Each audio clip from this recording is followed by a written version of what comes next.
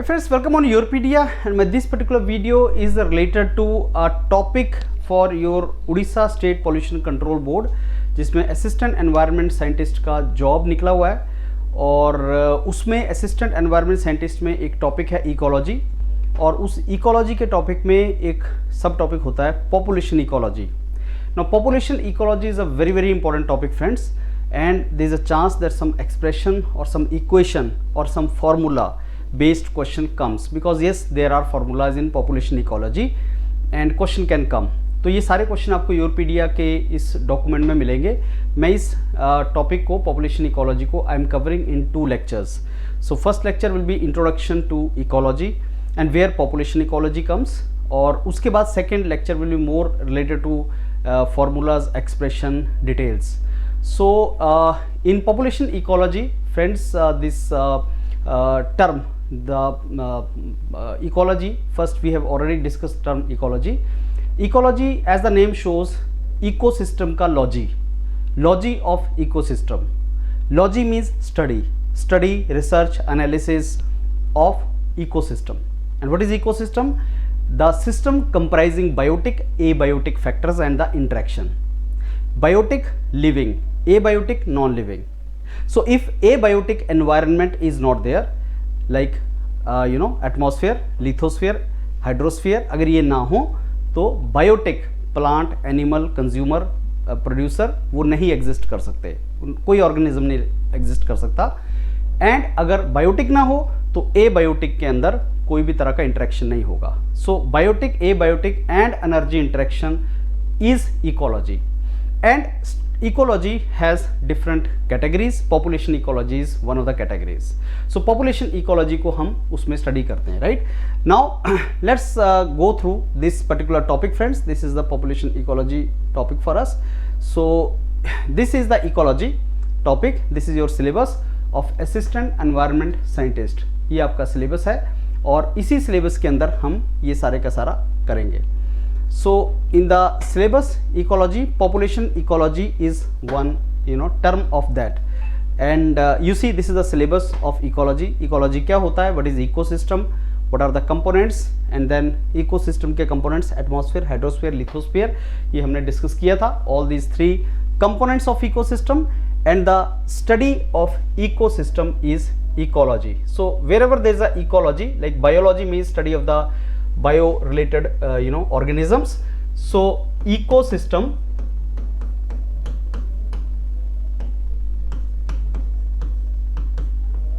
study of ecosystem is ecology। and ecosystem में आता है आपका atmosphere, hydrosphere, lithosphere। this is how it comes। now population ecology is just one component of ecology। population ecology is one component of ecology। so that means ecology has couple of categories, और उसी में एक category आपका population ecology है। so we are going to study about population ecology in today's lecture friends, and this is all about your assistant environment scientist का जो आपका सारे का सारा syllabus है वो ये है।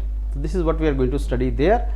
and population ecology is something which is very crucial for assistant environment scientist, this particular syllabus, because in assistant environment scientist syllabus is little different from assistant environment engineer, and population ecology is one of the main different topic in that।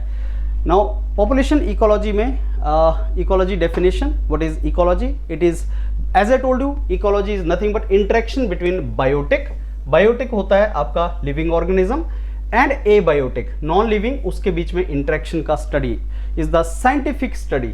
logy means study, so logy means study of what, biotic and abiotic।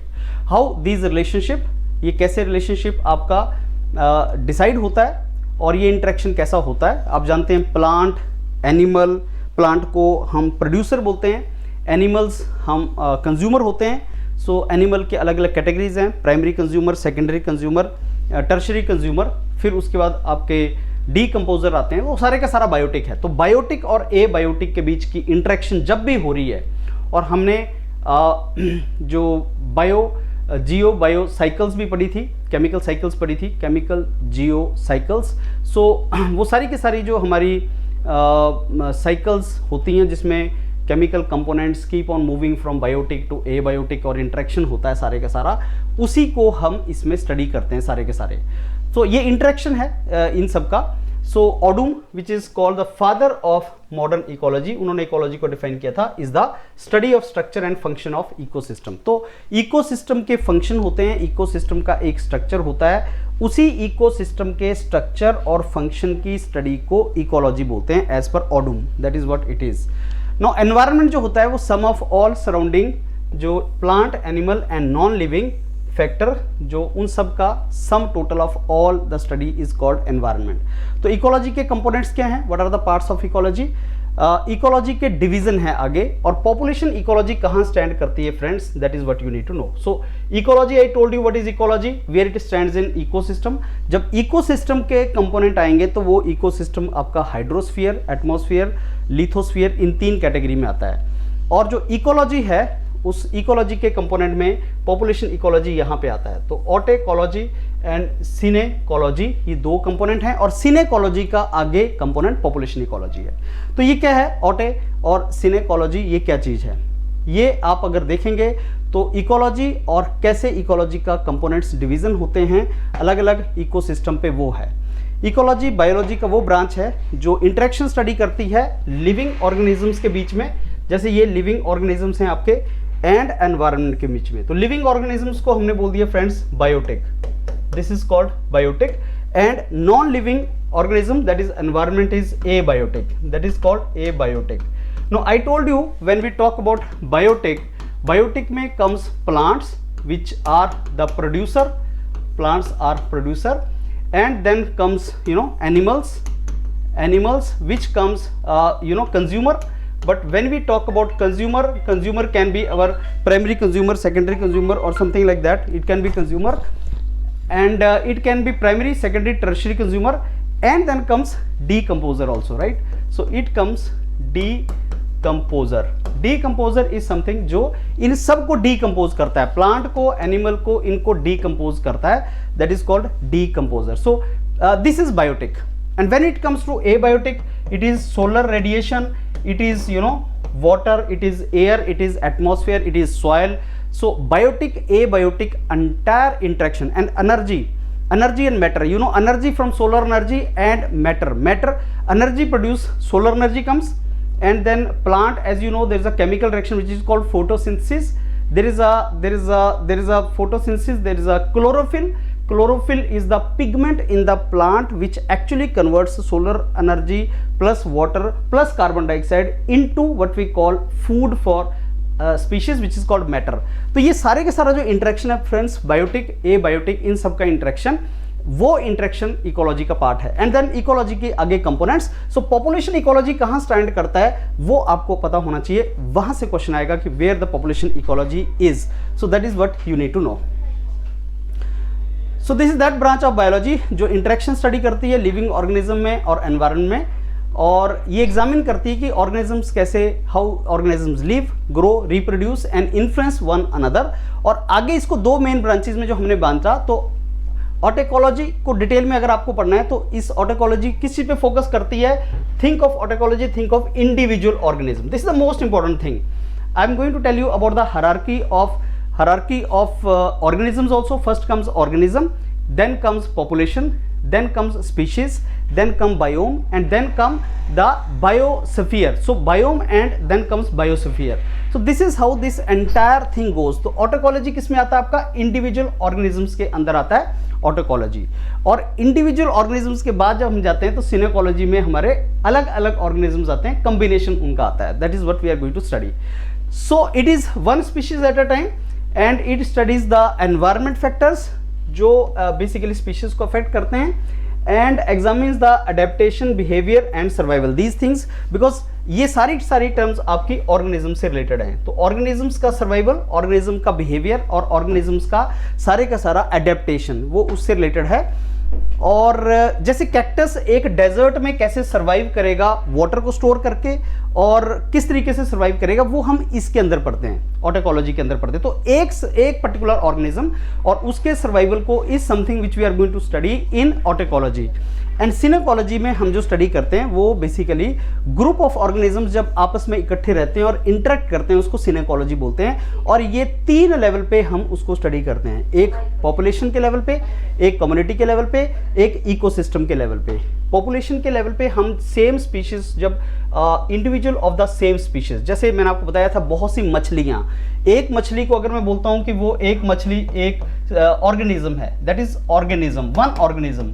तो ऐसी बहुत सी मछलियां, similar kind की मछलियों को हम ले लें तो वो आपका पॉपुलेशन बनता है। तो पॉपुलेशन में सेम स्पीशीज होता है, जबकि कम्युनिटी के अंदर मछली के साथ मेंढक आएगा, साथ में एल्गी आएगी, साथ में पानी आएगा, साथ में क्रोकोडाइल आएगा, तो ये पानी का पॉन्ड कम्युनिटी हो जाएगी। और इकोसिस्टम मतलब पॉन्ड का इकोसिस्टम, जो जंगल के अंदर पॉन्ड है तो जंगल पॉन्ड जंगल के अंदर है, और जंगल और पॉन्ड और उसके अंदर मछली, वो सारा इकोसिस्टम हो जाएगा। तो पहले ऑर्गेनिज्म आया, ऑर्गेनिज्म के बाद पॉपुलेशन आया, पॉपुलेशन के बाद कम्युनिटी आई, कम्युनिटी के बाद इकोसिस्टम आया, ऐसे बनता चला गया। तो इंडिविजुअल ऑफ सेम स्पीशीज जो उसके पॉपुलेशन के साइज को, डेंसिटी को, ग्रोथ को हम स्टडी करते हैं। तो आज हम इसके बारे में पढ़ेंगे, एक स्पीशीज और वो स्पीशीज कैसे ग्रो करेगी, उसकी डेंसिटी कैसे बढ़ेगी, उसका डिस्ट्रीब्यूशन कैसे होगा और वो कैसे आगे प्रोसीड करेगी, उसको फिर हम पॉपुलेशन इकोलॉजी में पढ़ते हैं। कम्युनिटी इकोलॉजी में हम अलग अलग स्पीशीज़ को पढ़ते हैं जो अलग अलग एरिया में होती हैं और जो उनकी इंटरेक्शन, जैसे कंपटीशन, प्रेडेशन, कंपटीशन होता है, कम्युनिटीज़ के अंदर कंपटीशन होता है, कंपटीशन के अंदर कंपटीशन होता है और उसके अंदर हम इसको स्टडी करेंगे। अब ये कम्युनिटी इकोलॉजी है, तो उसके अंदर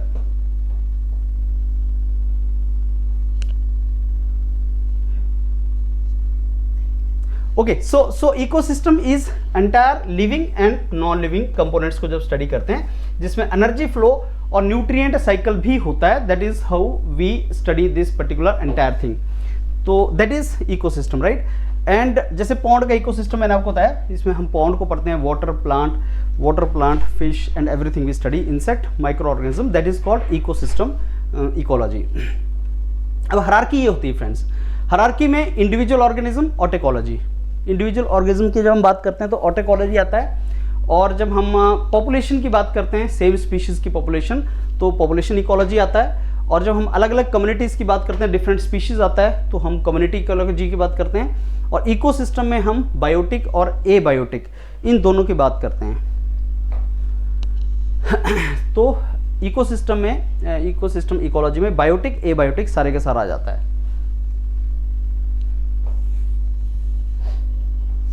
तो ये सिंपल हायरार्की है। और आज हम क्या कर रहे हैं, हम पॉपुलेशन सेम स्पीशीज इकोलॉजी को पढ़ रहे हैं, पॉपुलेशन इकोलॉजी। इसमें हम same species, what we are going to study, we are not going to study one species fighting with another species और survival of one species with another species. तो today we are going to study about growth of single species only, one species and the growth of one species, how the species is going to grow, and today we are going to study about that also. Population कैसे grow करती है उसकी, उस particular species की, how the population is going to grow, how the number is going to hit, that is what we are going to study today. So कुछ important concept ecology के क्या हैं, some more important concepts of ecology. Ecology hierarchy. So सबसे पहले organism आता है individual, फिर population उसकी, तो this is what you understand now, this is organism, individual fish and population. तो पॉपुलेशन इकोलॉजी में हम वन पर्टिकुलर स्पीशीज और उसकी पॉपुलेशन की बात करते हैं। Community psychology ecology we are not studying. Ecosystem को तो हम बायोस्फीयर हम करते ही हैं। So one individual, then population, then community, then ecosystem, biome and biosphere.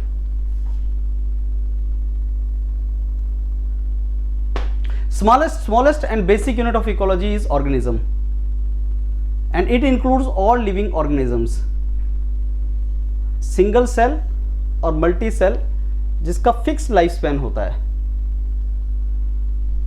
Species और population, member of same species living in specific geographical area that defines its population. और species क्या होता है, ग्रुप ऑफ ऑर्गेनिजम्स जिनका common gene pool होता है और वो इंटरब्रीड भी करते हैं जिससे फर्टाइल ऑफस्प्रिंग्स क्रिएट होते हैं।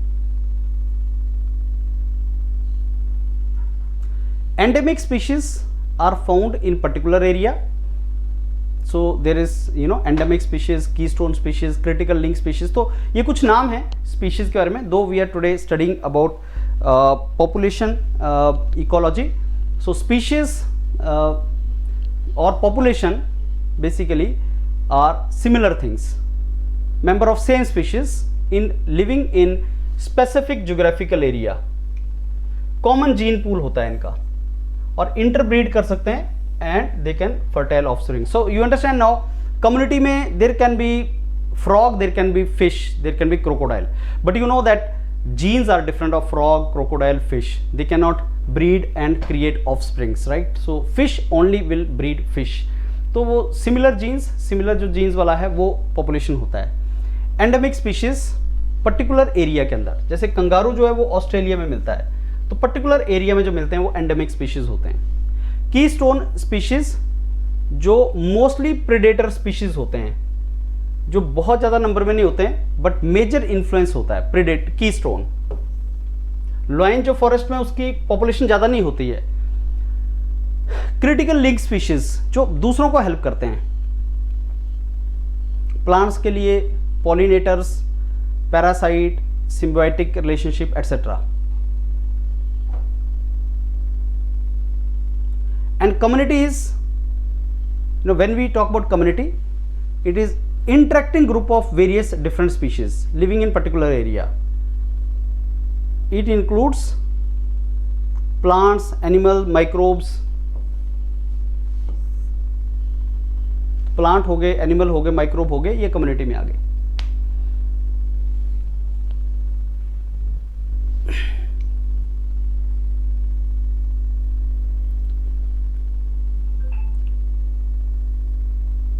Population ecology. Population ecology is that branch of ecology which studies group of individuals of same species, as I told you. तो ये किस चीज पे फोकस होता है इसका फोकस होता है ग्रोथ पे, how they interact, how they change due to environment factors, इसके ऊपर ज़्यादा फोकस होता है, the change, interaction, growth etcetera. जैसे population of tiger in forest, fish in lake, humans in city.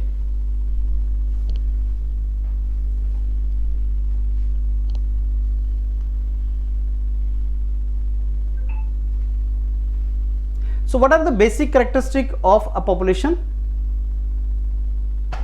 Basic characteristics of a population, कुछ features होते हैं हर particular population में। कुछ every population has certain measurable features. जैसे population size, उसको n से represent करते हैं। तो कितने किसी पर्टिकुलर इस पे कितना आपका है, बेसिकली इंडिविजुअल कितने हैं किसी पर्टिकुलर प्लेस में, that defines the population size. So 500 rabbits particular geographical area में उसका पॉपुलेशन साइज है। तो what do we mean by population size, that is number of individuals. और हमने बोला पॉपुलेशन मीन्स सेम स्पीशीज। तो जैसे पॉपुलेशन ऑफ ह्यूमन बीइंग, तो कितने ह्यूमन बीइंग हैं उनका पॉपुलेशन। पॉपुलेशन डेंसिटी, कि कितने इंडिविजुअल हैं पर्टिकुलर यूनिट एरिया के अंदर, पर्टिकुलर यूनिट एरिया, पर यूनिट एरिया। डेंसिटी जब आ जाएगा तो पॉपुलेशन पर यूनिट एरिया। अब एरिया को हम कैसे निकालते हैं, जैसे आप जानते हैं किलोमीटर स्क्वायर भी एक यूनिट है एरिया को निकालने का। Kilometre square is the unit of area.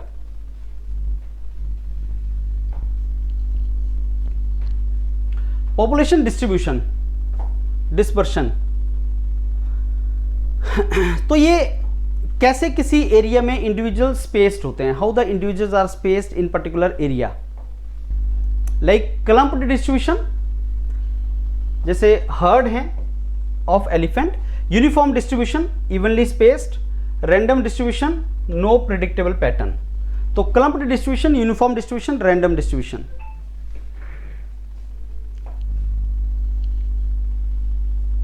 That is called population distribution. Dispersion, distribution means dispersion, कैसे डिस्ट्रीब्यूटेड है। आप जानते हैं कि कोई एरिया है, ये डिस्पर्शन ग्राफ इस तरीके से आपका होता है कि कितने लोग कहाँ पे कितने स्पीशीज किस जगह पे, कितने स्पीशीज किस जगह पे, तो उसका डिस्ट्रीब्यूशन। सो डिस्ट्रीब्यूशन, डेंसिटी अलग है, डिस्ट्रीब्यूशन अलग है, साइज अलग है। Size is absolute number, absolute number. अब ये भी हो सकता है 500 रैबिट कितने एरिया में, मे बी बहुत कम एरिया में, बहुत ज्यादा एरिया में। 500 tiger will be in huge area, may be पूरा country.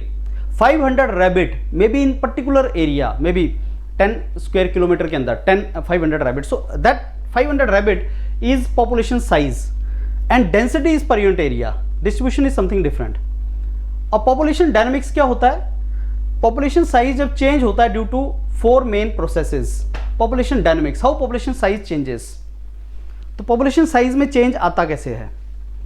How the change in size coming, birth rate जिसको नेटेलिटी बोलते हैं, नंबर ऑफ इंडिविजुअल्स जो रिप्रोडक्शन के बाद बनते हैं, बर्थ रेट कितना रेट है, how they are born, reproduction, death rate, mortality, number of individuals that are dying, that is the death rate. Immigration, individual entering the population. Emigration, individual leaving the population. जो enter करना वो immigration, जो exit करना वो emigration. जो basically birth rate, death rate, natality, mortality. Population change formula कैसे होता है? पॉपुलेशन चेंज कैसे होता है? Birth is incoming. तो अगर मैं कोई एक पर्टिकुलर एरिया ले लूं तो उसमें कितने आए, दैट इज बर्थ रेट, कितने बॉर्न हुए, इमिग्रेशन आई, एमिग्रेशन ई आउटसाइड, और डेथ रेट आउटसाइड। तो बाकी जो बच गए वो पॉपुलेशन। तो पॉपुलेशन चेंज ऐसे आता है, जो भी पॉपुलेशन है उसमें चेंज कैसे आता है? बर्थ हो गया तो चेंज हो गया, डेथ हो गया तो उसमें से निकल गया। Immigration, emigration. अब immigration is equal to emigration, birth rate is equal to death rate, तो पॉपुलेशन स्टेबल हो जाएगा, तो सेम हो जाएगा। ऐसे पॉपुलेशन चेंज फॉर्मूला निकालते हैं। पॉपुलेशन ग्रोथ पैटर्न बहुत इंपॉर्टेंट है फ्रेंड्स। देयर आर 2 कर्व्स, एक exponential growth curve, J curve बोलते हैं उसको। पॉपुलेशन टाइम के साथ ऐसे ग्रो करती है कि शुरू में आपके रिसोर्सेज नहीं होते, so there is a growth rate is very slow, you do not have a resource, so growth rate is slow, and then you get the resources, and once you get resources, population growth rate is very fast. So J curve represent the exponential growth, population or quantity increases at a very rapid rate, that is because of unlimited resources and ideal conditions. और इसमें हम assume करते हैं कि resources are unlimited, जो true नहीं है। Population कब तक ग्रो करती रहेगी? ऑब्वियसली रिसोर्स क्रंच आता है, आपके पास एरिया खत्म हो जाता है, पानी खत्म हो जाता है, फूड खत्म हो जाता है, आप अनलिमिटेड ग्रो नहीं कर सकते, आपका एरिया खत्म हो जाएगा, एक स्टेज के बाद आप ग्रो नहीं कर सकते, अनलिमिटेड ग्रो नहीं कर सकते। तो if resources are unlimited then only you will grow like unlimited, J curve, unlimited resource. और कंडीशंस आइडियल हैं, अनलिमिटेड रिसोर्स हैं, तो आप एक्सपोनेंशियल ग्रो करोगे। सो ये अनसस्टेनेबल लॉन्ग टर्म ग्रोथ है।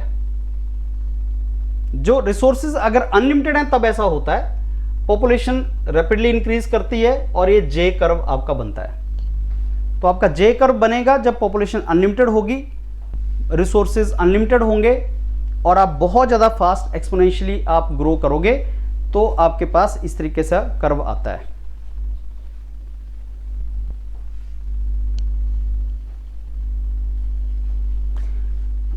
ये है इसका बैक्टीरिया जो मल्टीप्लाई करता है न्यूट्रिएंट रिच एनवायरनमेंट के अंदर। तो dN/dt is equal to Rn, ये उसका इक्वेशन है। जे कर्व बोलते हैं इसको, dN/dt, लेकिन आइडियल है, मैंने आपको बताया। N is the population size and dN/dt with पैस ऑफ टाइम पॉपुलेशन कैसे चेंज हो रहा है। This is intrinsic rate of increase in the population, R intrinsic rate of increase. इसके न्यूमेरिकल भी करेंगे, नीचे आपको क्वेश्चन मिलेंगे इसके। तो ये मैंने आपको बताया, जो जे कर्व है वो एक्सपोनेंशियल राइज के लिए होता है, अनलिमिटेड रिसोर्स अजम्पशन के साथ होता है, जो अजम्पशन गलत है। लॉजिस्टिक ग्रोथ एस कर्व होता है, जो रिसोर्सेज लिमिटेड हैं, पॉपुलेशन ग्रोथ स्लो होती है, फिर इसकी कैरिंग कैपेसिटी आ जाती है, फिर इवेंचुअली एक कैरिंग कैपेसिटी आ जाती है ऐसे। ये कैरिंग कैपेसिटी है के। सो शुरू में लैग फेज, फिर एक्सपोनेंशियल फेज, फिर स्टेशनरी फेज। इसके कुछ फेज होते हैं जो मैं आपको न्यूमेरिकल में आगे डिस्कस भी हम करेंगे। अगर एनवायरनमेंट सपोर्ट करता है तो मैक्सिमम पॉपुलेशन साइज कितना हो सकता है, वो कैरिंग कैपेसिटी है। कैरिंग कैपेसिटी मींस मैक्सिमम कितना जा सकते हैं आप, जितना आपका पॉपुलेशन को रिसोर्स सपोर्ट करेंगे। और ये तब लॉजिस्टिक ग्रोथ, जिसको सिग्मोइड कर्व भी बोलते हैं, इसको सिग्मोइड कर्व बोलते हैं, सिग्मोइड कर्व या S curve, and this is logistic growth basically, and this is when resources are limited, population growth is slow, फिर ये कैरिंग कैपेसिटी इसकी पहुंच जाती है, sigmoid curve it is called.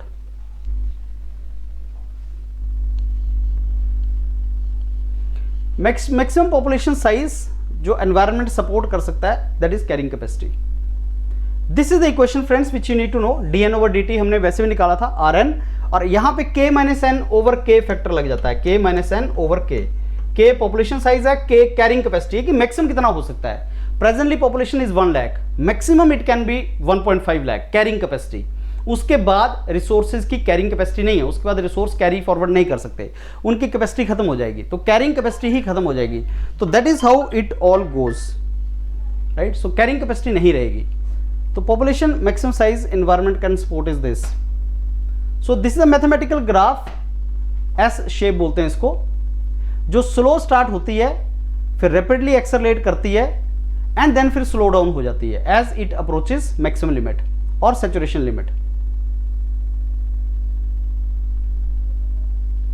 It is further linked to logistic growth in biological, social, technological system. लेकिन population ecology ये बोलती है कि growth is logistic growth, this is logistic growth as per population ecology, right. So this formula is very very important for S curve, sigmoid curve. These are the two graphs friends, J curve and S curve.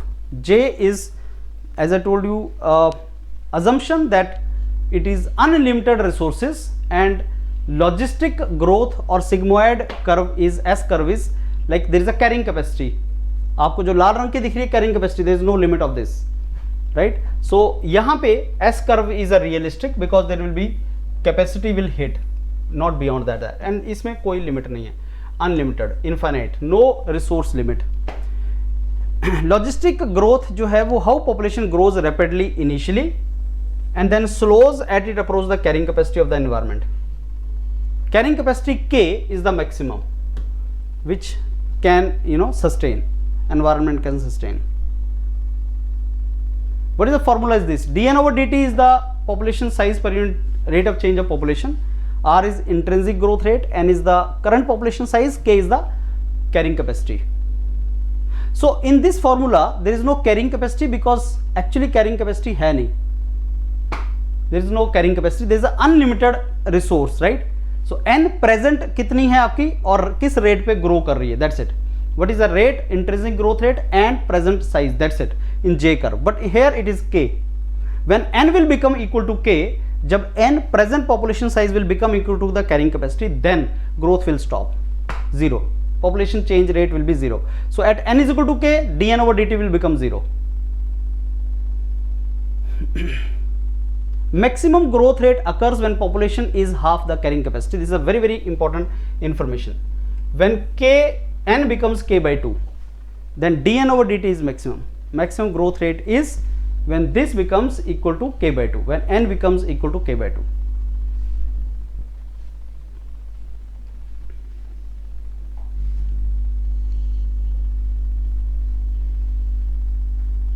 What are the key characteristics and phases of S curve? Sigmoid curve is defined by three distinct phases: lag phase, slow beginning; exponential phase, rapid growth; stationary and saturation phase, slow down phase.